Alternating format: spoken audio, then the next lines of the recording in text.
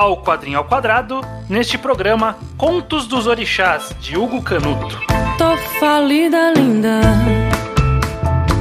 perdi o meu amor, perdi meu endereço, seu apreço, o seu calor, acabou. Pois bem, aqui começando mais um Quadrinho ao Quadrado, eu sou o Estranho, estou aqui sempre acompanhado pelo... O Judeu Ateu, mais uma vez, Estranho. Mais uma vez, Judeu, muito obrigado pela participação constante aqui na nossa conversa mensal sobre quadrinhos nacionais. Sempre quadrinhos e sempre nacionais. Exatamente, o Quadrinho ao Quadrado, ele é o programa mensal, uma vez por mês a gente pega um quadrinho e comenta dele, primeiramente sem spoilers, para quem não leu, e uma segunda parte, possivelmente com spoilers, se ninguém quer ter a história estragada, não precisa ouvir essa parte, vai ler a história e depois volta pra ouvir. Embora, neste programa em específico, o Conto dos Orixás, eu acho que nem tem muito sentido a gente ter a parte com spoilers, né, Judeu? Não sei o que você acha disso. Eu vim pro programa esperando a mesma coisa, Estranho. Imagino que a gente vai falar tudo que a gente pode falar, tudo de uma vez. Beleza. Então, antes da gente ir direto pro Conto dos Orixás, vale lembrar que agora temos um Apoia-se. Perfeito. apoia.se/ao quadrado. Você pode apoiar a gente nas faixas de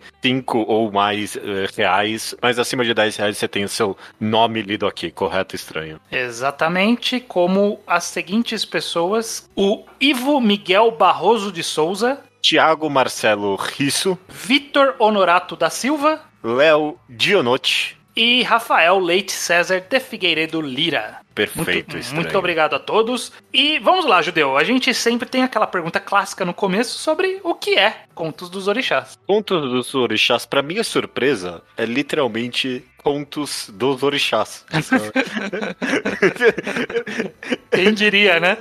Não, pior que quem diria, porque no último Quadrinho ao Quadrado eu meio que comentei com você, bem de passagem, eu meio que tô querendo odiar. Eu falei isso, de vez em quando eu falo isso, né? Quando a premissa de um quadrinho talvez não me atiça tanto. E eu imaginava que Contos dos Orixás, talvez uma pessoa que não tem nenhum conhecimento desse quadrinho, que nem eu, possa ter a mesma impressão. Por isso que eu digo aqui, eu vou contar essa minha história logo do começo. Porque eu vi essa capa e eu vi essa arte insanamente do... como é que é o nome do Zé? Do Jack Kirby, né? Inspirado bastante em Jack Kirby. Bastante, muito. É bem um Marvel espacial esse negócio, né? E eu pensei, ok, é tipo... não, os heróis, é uma história de super-heróis, só que inspirado nos orixás. Eu juro que achei que era isso. Mas não, é uma recontagem em quadrinhos de literais contos de... Eu não sei, mitológica, se ela é exatamente correta. Mas contos de religiões de matrizes africanas sendo contadas aqui. Eu também não sei, Estranho, se essa história é 100% inspirada em um conto de fato. E quase não importa no final das contas. Sim. Porque parece como tal, né? Parece insanamente bem pesquisado. E se não é 100% inspirado nessa história que é contada há muito tempo, ao menos parece que é. O meu ponto não é um gibi de super-heróis com inspirações. Não é isso. Ele tem a ideia original, pelo que a gente vê por material promocional, né? A ideia original do Hugo Canuto foi fazer só umas artes emulando capas de quadrinhos de super-heróis antigos ali, com Jack Kirby e às vezes John Buscema também tem um pouquinho ali, que era só, tem até nos extras ali, né? Nesse volume encadernado que a gente tá vendo. Ele era bem... Tipo, esse aqui é o Thor, só que dessa vez não é o Thor, é o Xangô, sei lá, ou algo do tipo. Era isso. E aí, quando veio pro quadrinho, a ideia que poderia ser é que, vamos tentar fazer, é o que você falou, vamos tentar fazer o Thor... Só que é o Xangô. Só que é o Xangô. Mas não, é de fato um conto, só que, como você disse, eu acho importante frisar novamente, eu não sei se de fato é uma história específica lá do Candomblé, que é a religião onde tem esses orixás. Eu não sei se é alguma coisa específica, uma história que de fato aconteceu com esses personagens dessa forma, ou se ele se inspira em alguns mitos e junta todos em uma história coesa, sabe? De juntar ali a figura, porque tem o Xangô, tem o Ogum, tem Exu, e eu não sei se a dinâmica deles era igual à dinâmica que tem aqui no gibi. Se esses personagens, ao menos, eram assim ou não, né? É interessante pra mim que tanto eu quanto você não temos a menor ideia se é de fato uma história antiga indica, né, se é de fato um conto religioso sendo contado aqui ou não, mas nós dois tivemos a impressão que poderia muito bem ser, porque essa é a vibe da história, né? Esse é o sentimento que ela passa, que ela tá contando uma história que é milenar, sabe? Que é uma história sendo contada a gerações e... e aqui agora tá quadrinizado em uma forma de lutas homéricas, umas splash pages de luta com um monte de gente brigando, que é uma coisa bem super-heróis, assim, tá? É isso, é a estética de super-herói aplicado pro conto dos orixás, de fato, né? Pra história de alguns desses orixás.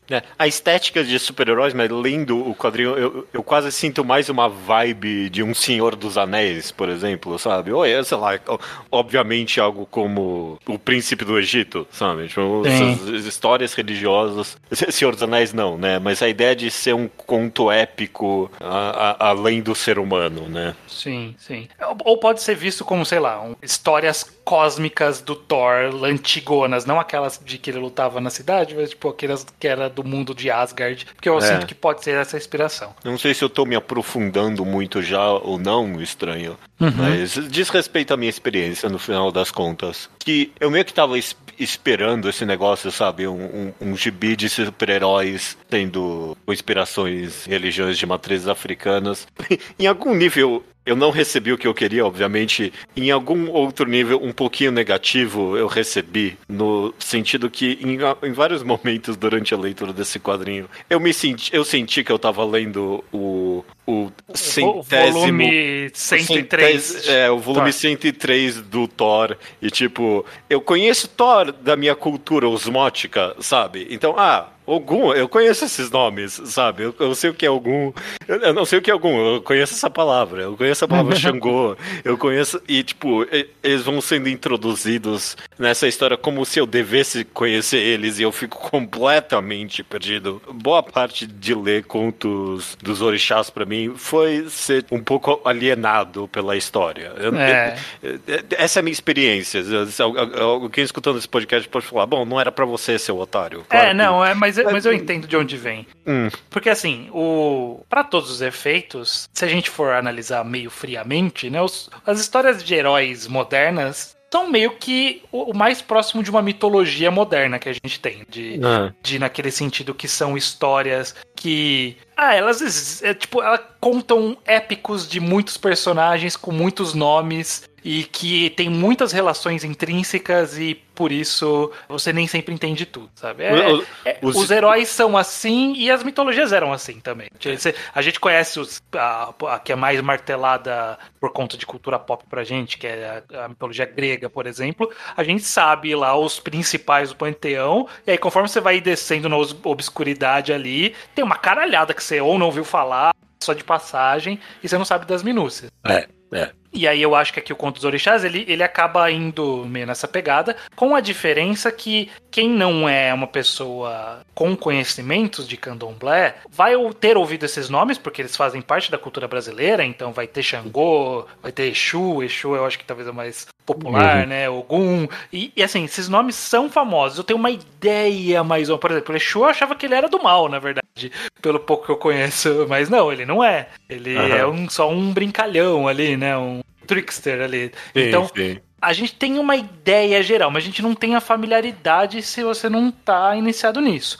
E eu acho que aí são dois lados da mesma coisa. Será que a ideia era nos apresentar meio que vagamente mesmo? Ou a ideia era pra gente conhecer? Eu sinto que era pra apresentar. Bom. Mas ainda assim, é muita coisa pra gente aprender. E era pra apresentar com todo respeito, mas eu sinto uma vaga missão falha aqui, porque realmente eu tava perdido. Logo no começo ele dá meio que a história de construção de mundo segundo a religião aqui, e eu logo na primeira página eu calma lá. Cada um desses parágrafos aqui poderia ser uma página, porque eu quero saber. Eu tava falando calma, porque eu quero entender melhor, sabe? Sim. Assim que eu entendi que esse quadrinho era o que era, não, vamos lá, um buraco enorme do meu conhecimento é isso, e eu fiquei um pouco frustrado que o quadrinho não me apresentou. Então, se a missão era apresentar, eu sinto essa missão falha. Se é uma grande homenagem, se é tipo esse presente para as pessoas que conhecem a religião, difícil eu dizer, mas aí eu sinto alguma missão cumprida. Tipo, porque eu leio e aí, tipo, por exemplo, quando aparece o Ogum, se eu soubesse quem é Ogum de fato e não só a palavra, eu ia ficar, da hora, hein? Ó, o Ogum aí, tipo. Mas eu não sei, eu não tenho a mínima ideia. Tipo, eu entendo, eu sei de narrativa, então eu entendo que a aparição dele ali é algo da hora, mas, tipo, eu realmente não senti muita coisa. Eu sinto que é bem complicado mesmo, porque se fosse uma história exatamente nessa mesma pegada, falando de mitologia grega, a gente, tipo, ele explicasse com a mesma profundidade, a gente ia falar, não, ok, explicou o suficiente.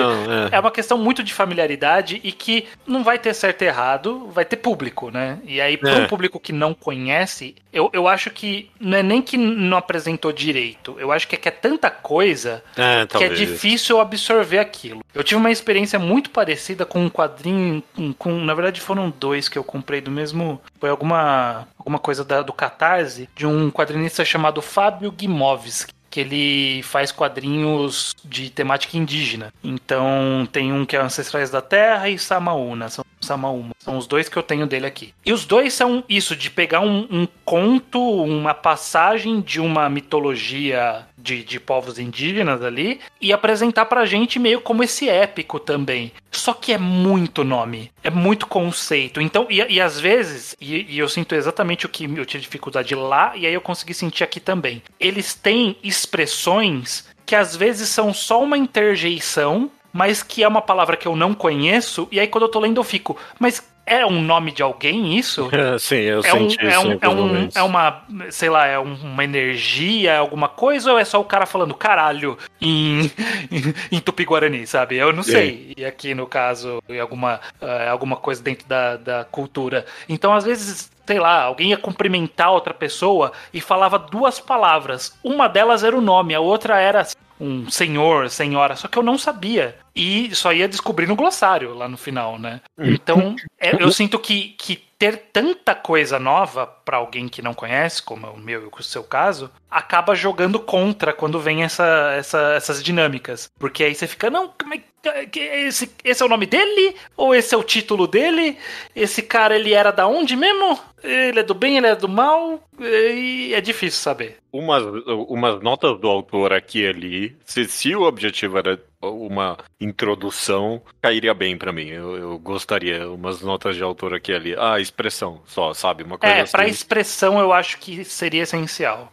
Um detalhe técnico só, que realmente poderia. Ou isso e também um glossário na frente não seria uma má ideia também. Tipo, porque eu que nem você, terminei o quadrinho e vi que tinha um glossário no final. E eu fiquei, tá, ok, era uma expressão. Inclusive eu vou fazer uma crítica estética. Esse glossário tá meio mal diagramado. Tá feio mesmo. Eu pensei a mesma coisa, estranho. Você tem razão. Então, achei muito difícil de ler, porque as palavras estão... Os parágrafos se dividem meio que igual tipo, a separação de parágrafos, separação de linhas é igual. E aí você não sabe quando acaba uma linha, quando começa o próximo termo. Completa razão. Acho que podia estar melhor diagramado. Mas, enfim, tem o glossário. Só que assim, eu tenho que ir lá no final pra entender que tinha um olá que era específico da língua, é complicado. Não há... Aí, novamente, qual era a intenção, né? Qual era o público? A gente não tem como inferir. A gente tem que dizer como é a nossa experiência não conhecendo. De novo, essa é a minha experiência. Você tem completa razão. Dito isso, feita essa crítica, estranho, feito essa grande crítica, não tô pegando leve aqui com o quadrinho, não. Eu ainda sinto bastante respeito e admiração por contos dos orixás. Porque, sei lá, você tem razão que a origem do... Quando você diz que a origem do quadrinho era meio que esse refazimento de capas de heróis americanos com os orixás, era fácil fazer a ideia que eu dei inicialmente, de fazer, não, é o Thor, só que é o Xangô, né? Tipo, essa era a ideia fácil. E, tipo, chegar à conclusão que não precisa, sabe? Tipo, sim. Que a história original já é... Original, novamente, não sabemos, mas os contos que cercam essas entidades já são interessantes o bastante sem precisar emular outro conto. né? Até nesse sentido que esse quadrinho exigia tipo uma prequel pra mim, sabe? Eu queria o Gênesis que foi contado ali no comecinho, eu queria um quadrinho inteiro só disso, porque isso me fascina, histórias de começos de mundo, de várias culturas, diz tanta coisa e tipo sobre a percepção de mundo de diferentes culturas. É sempre interessante pra mim encontrar as intersecções, sabe? Sim.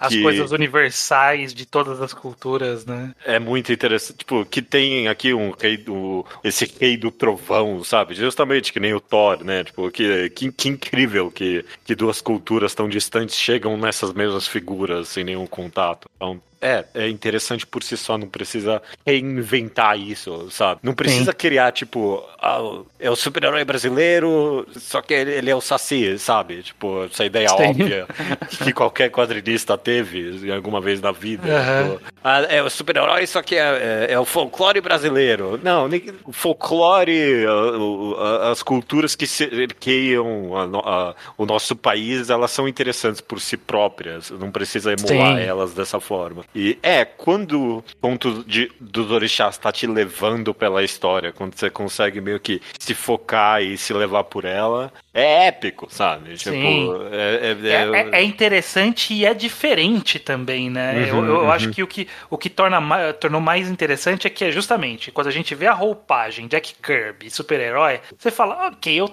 meio que sei o que se ele, mesmo que ele conte um conto diferente do que eu conheço, eu sei mais ou menos o que ele vai fazer, mas não, eu não sei mais ou menos o que ele vai fazer, porque a visão da cultura é diferente, como eles enxergam é diferente. As armas, eu olhava, eu ficava fascinado pelos itens que eles usavam como armas, tipo, caraca, né, realmente, isso aqui é uma arma que uma outra cultura inventou, sabe? Não é um machado medieval genérico, não, isso aqui é um toco de um redondo com lâmina e pegando fogo o negócio, sabe? Tipo, meio que uma tocha. Eu falo, caraca, que arma é essa que esse cara inventou? E os itens, os apetrechos que eles carregam, as construções, as roupas, é tudo tão diferente, né?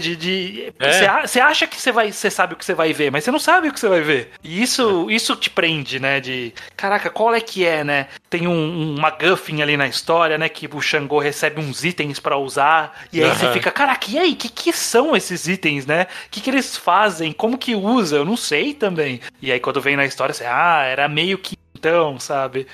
Era meio quando vem na história, eu percebo a profunda intersecção cultural. Eu que adoro tanto mangás, o Xangô tem uma segunda transformação. Tem um Super Saiyajin ali, tem né? um power-up ali, né, do Xangô. Tem um épico nisso. É interessante que por muito... Eu fiquei pensando nisso, que até pra, sei lá, religião judaico/cristã, por muito tempo, tipo, fazia-se filmes de Hollywood envoltos nesses contos épicos. Pô, os 10 Mandamentos, tipo, por muito tempo, o maior filme da história, sabe? E, tipo, era um filme baseado em religião, mas não era um filme religioso, sabe? Sim. Tinha a ver com o épico do negócio mesmo. Voltando pro conto dos orixás, você percebe o quão fácil é mesmo. Se você não subtrai por completo, mas não tenta transformar a história, tipo, numa pregação, sabe? Tipo, o quão cru, o quão no centro da história humana tá esses contos, sabe? O quão principal ela é pra tudo. Sim, e como ela soa muito primordial, muito ancestral, né? Ela soa como algo que realmente tá percorrendo séculos, sabe? É uma história porque essa religião, né, embora evoluiu também, ela tem ainda essas crenças nessas figuras. Então, isso vem de muito lá atrás, né? Claro, né, sempre se transformando, mas tem esse apelo de essa é uma história, é uma história que foi oral e foi escrita e foi reescrita, e agora eu tô vendo aqui reimaginada como uma grande aventura de super-herói, sabe? E eu acho que é uma forma interessante, divertida de você pegar essa cultura e trazer ela à tona. E provando que, inclusive, a gente não precisa ficar requentando pra sempre, sabe? Grego, egípcio, a gente não precisa ser nórdico. Sabe, tipo, a gente... Bem da verdade é que a gente citou aqui várias vezes, até porque o quadrinho é clara a referência original, mas citou várias vezes Thor. Por que caralhos a gente sabe quem é Thor? E a gente não sabe quem é o Xangô, sabe? O Thor é de uma religião, de uma galera lá na pariu, que nem pisou aqui. Não tem consequência nenhuma, sabe? Tipo, tem alguma lógica meio perturbada. Não perturbada, sei lá, mas tem alguma lógica da gente aprender cultura greco-romana no sentido, tipo, político, econômico, democracia e tudo isso, sabe? Tipo, tem uma conexão direta com a gente. Agora, tipo, os vikings ali realmente por pura curiosidade e, tipo, realmente só forçação cultural de algo que não é nosso mesmo. Sim, Sim, então tem coisas muito próximas de nós. Eu citei esse outro quadrinho, Os Ancestrais da Terra e Samaúma, do Fábio Guimoffitt. Acho que ele tem mais um quadrinho que eu não comprei. Mas que também são contos de povos daqui, de coisas daqui. E você fala, caramba, até é muito rico. E é uma... E são visões de como funciona o mundo, de como se constrói o mundo, como você falou, né? Aquela passagem de como se deu a construção do mundo. E é muito rico só de você saber que um povo pensou daquele jeito e não de outro jeito. Não, que algum povo não imagina que um cara construiu tudo em 7 dias. Um povo imagina que tudo inundou e que veio o povo do mar e que teve guerra. E cada um pensou de um jeito, da lógica daquele mundo, né? Apesar de que mais uma vez, as intersecções, toda religião tem alguma inundação. Eu sempre acho isso interessante. Deve ter chovido pra caralho em muitos lugares. Ou sei lá, é a explicação pra vastidão do mar, sabe? Pra todo mundo, né? Porque algo tão vasto, tem que ter alguma explicação divina mesmo. Sim. No sentido que você comentou também da originalidade disso, né? Tipo, de o quão diferente visualmente acaba sendo, mas em algum nível a minha estranheza com o conteúdo da história é um benefício em algumas partes também, porque na própria narrativa, meio que, eu não sei muito bem o que vai acontecer. No final do quadrinho chega uma hora que tem que punir os caras da guerra, né? Tipo, os perpetuadores da guerra. E tipo, bom, eu sei, no Velho Testamento... Corta a cabeça de todo mundo e tá ótimo. Deus não ia dar trégua pra ninguém ali, meu amigo. Não tem essa, não. E aqui vão aparecendo várias opções e, tipo, eu não sei, tipo, qual é a moral que tá sendo passada aqui? Eu não sei, né? Eu não sei qual é a moral dessa história, então eu não sei qual dessas alternativas vai ser escolhida. E, tipo, inclusive, sem dar spoiler, a que acaba sendo escolhida é uma lição muito valiosa, né? Muito mais... Eu vejo com esse olhar não religioso uma lição muito mais interessante do que as lições que eu aprendo lendo a Torá, por exemplo. Sim. E não só nisso, né? Muitas dinâmicas ali são também específicas de como foi feita aquela religião. Porque a gente citou várias vezes o Xangô como esse personagem principal e que ele meio que é o herói da história. Ele foi lá meio que contratado, sabe? Pra fazer essa luta. Então, realmente, né? Ele tem a preocupação dele também, né? Na forma como essa religião, essa mitologia imaginam essas figuras, eles não são deuses benevolentes que fazem o bem pelo bem. Eles têm os objetivos próprios, as preocupações próprias e, claramente, eles tentam fazer o que consideram o correto, mas não é de graça, né? Ao final de tudo, tem o preço que Xangô cobra. E eu acho interessante nessa visão que é o que você falou, é uma outra moral, né? Como eles enxergam isso, né? Ele tinha que fazer o bem sem ver a quem e boa? Não, é outra visão. É outra forma de se enxergar a coletividade e as relações, né, entre esses seres. Não. Eu, inclusive, pela curiosidade, eu fiquei passando por algumas páginas da Wikipédia depois de ler. Xangô, diz, eu não sei o quão bem retratado ele é nessa história, não, porque, só na Wikipédia ali falam que ele é justo, mas, tipo, ele é raivoso e vingativo também, sabe? Então, o quadrinho transferiu isso. Em algum nível, sim. Vingativo nem tanto, porque ele não teve motivo, mas raivoso ele tem esses momentos. Não, ele tava cabreiro ali mesmo, tem razão. Ficou bem cabreiro. Tem um, eu tava folheando aqui, eu tô revendo, tem um trecho que eu olhei e falei assim, não, isso aqui com certeza é forçação só pra ser Jack Kirby, que é a hora que eles viajam entre as dimensões ali. Ah, nossa, sim. Eu olhei e falei assim, não, isso aqui ele fez só pra imitar o Jack Kirby. Pesquisar e tipo, não, realmente, ele transitava entre planos e tal. Ok, beleza, faz todo sentido. Sim. E que legal, né? Que legal que funciona a mesma estética pra essas duas coisas. Então por isso que... E que incrível, né? Que, tipo, é a mesma ideia. É a mesma ideia. De, tipo, realmente existiu. Tipo, Sim. Duas pessoas ultrapassadas por tempo e espaço tiveram essa mesma concepção de viagem astral, né? Sim. Que junção da humanidade maravilhosa. É, tipo, você absorver outros contos mesmo, né? Sim. Muito legal. Eu acho que a última coisa que eu quero comentar, não sei se você tem mais algum ponto em seguida, eu queria só voltar um pouquinho pra arte, porque claro. o objetivo da arte, meio que o quadrinho nasceu com uma ideia de arte e ele evoluiu em cima disso. Eu gosto da estética que ele relembra o quadrinho, mas eu sinto que ele tentou fazer o Jack Kirby, só que as cores estão muito modernas. Eu queria ver eu queria ver exatamente esse quadrinho com a cor um pouquinho mais na pegada antiga, sabe? Umas cores mais pastel, assim. E um papel um pouquinho amarelado até, Nossa, eu acho que ia ficar até... Não sei se ia ficar mais interessante ou não, ou ia ficar muita punhetação gimmick, muito química, assim, de... olha só como eu sei fazer igualzinho. Mas que me deu uma vontadinha de olhar, tipo, umas páginas duplas ali de luta, falando, isso aqui é completa cara com a pintura antigona, ia ficar bonita. Não, Você gostou da arte, Judeu? Eu amei Estranho.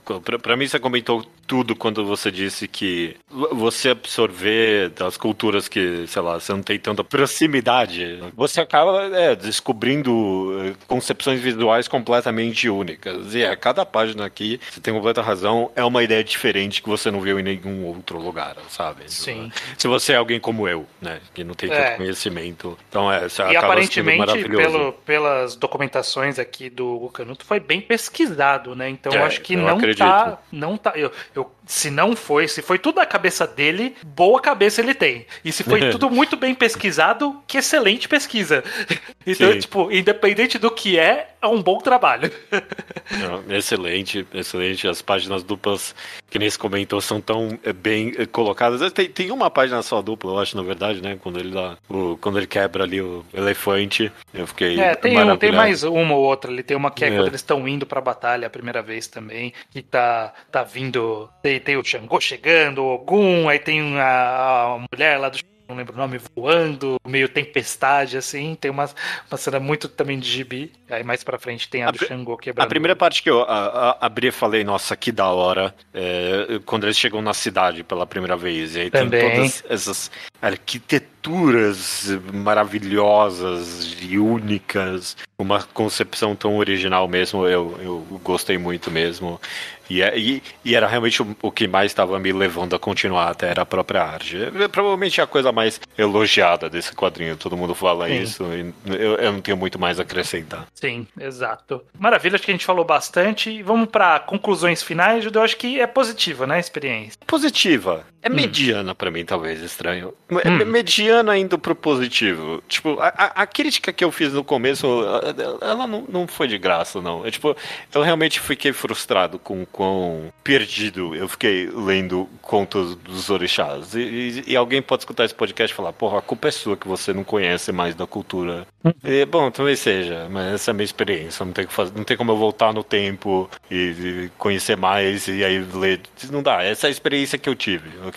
Tá? Sim. Então, um pequeno meia-culpa aqui, tá bom? Teve isso de eu ficar frustrado com a história. Sim. Então, eu não dou um positivo completo. Eu não acho que todo mundo pode ler e ficar tão interessado nas partes que eu fiquei interessado. Então, tá aí. Eu realmente gostaria de que se o objetivo do autor se o objetivo do autor fosse introduzir as pessoas, que fosse mais devagar. Então tá aí, a minha crítica foi feita, os elogios foi feitos também, então tá aí. Pra você foi positivo no geral? Eu acho que foi positiva. Como projeto, eu acho que a concepção e a execução foi completamente positiva, foi muito bem elaborado. e foi muito bem desenvolvido, né? Uhum.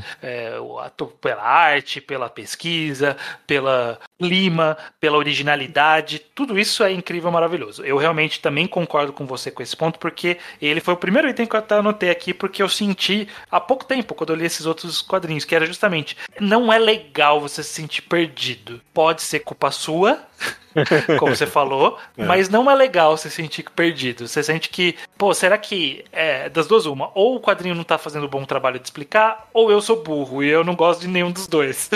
Eu não gosto de que nenhuma das duas coisas seja verdade. Então, concordo com o seu ponto, com a sua crítica, porque eu acho que é uma crítica válida. Aparentemente, vão ter mais quadrinhos dessa linha, né, acho que já tem um segundo volume pronto aí, quase. Né? Não saiu ainda, tá em produção, já foi aí financiado pelo Catarse. Mas quando ele sair, eu gostaria muito de que ele, por exemplo, tivesse, se foi reação de mais pessoas, né, sobre isso, que ele venha com essa evolução, né, de, tem uma expressão, tem uma frase, uma interjeição que não é comum. Me explica, por favor, um pouquinho. Precisa explicar o nome das pessoas. O nome eu aprendo. Você repetiu bastante, eu vou aprender. As expressões eu preciso que você me explique. Ou um Orixás Begins, eu quero, sabe? Também, eu quero uma prequel de contos dos Orixás, é isso que eu quero. Eu acho que deve ter coisas interessantes o bastante pra contar a história por muito e muito tempo. Claro. Essa é inclusive, justamente que eu falei de ser muito positivo o projeto e tudo, porque eu acho que qualquer coisa que eleve, traga e valorize essa diversidade de cultura que a gente tem, né, no nosso país, sempre vai ser positivo. Mesmo quando a gente tiver críticas, ainda tá empurrando pra frente, sabe? Tá trazendo e agregando. Eu acho sempre. Perfeito. Feita a nossa exposição de virtude aqui, estranho. Sim, exatamente, judeu. Temos que anunciar o próximo quadrinho, qual é? Exatamente, o próximo quadrinho, como de costume, sempre deixamos avisado, e temos um retorno, né? Temos um autor que já foi muito elogiado aqui no Quadrinho ao Quadrado, talvez um dos mais elogiados, né? Provavelmente o mais elogiado, com um quadrinho só aqui, por incrível que pareça. Com um quadrinho, que foi Hiro Kawahara, na ocasião a gente falou sobre o Bestiário Particular de Parzival, que ainda é um dos meus quadrinhos nacionais favoritos. E a gente vai falar do quadrinho mais recente dele publicado, que é A Sereia da Floresta. Perfeito. Estamos com uma dívida em aberta aí com o Hirokara. Não voltamos para ele há muito tempo. Tá na hora, estranho. Tá na hora, já passou muitos anos já. Passou mesmo, nossa. E então vamos voltar para a Sereia da Floresta. Você não encontra em grandes varejistas. Você encontra em comic shop e na loja própria do Hiro Kawahara. Então você pode ir atrás e comprar com ele ou nas comic shops. E voltar aqui mês que vem pra gente falar desse próximo quadrinho. Maravilha, estranho. Até mês que vem, então. Até mês que vem.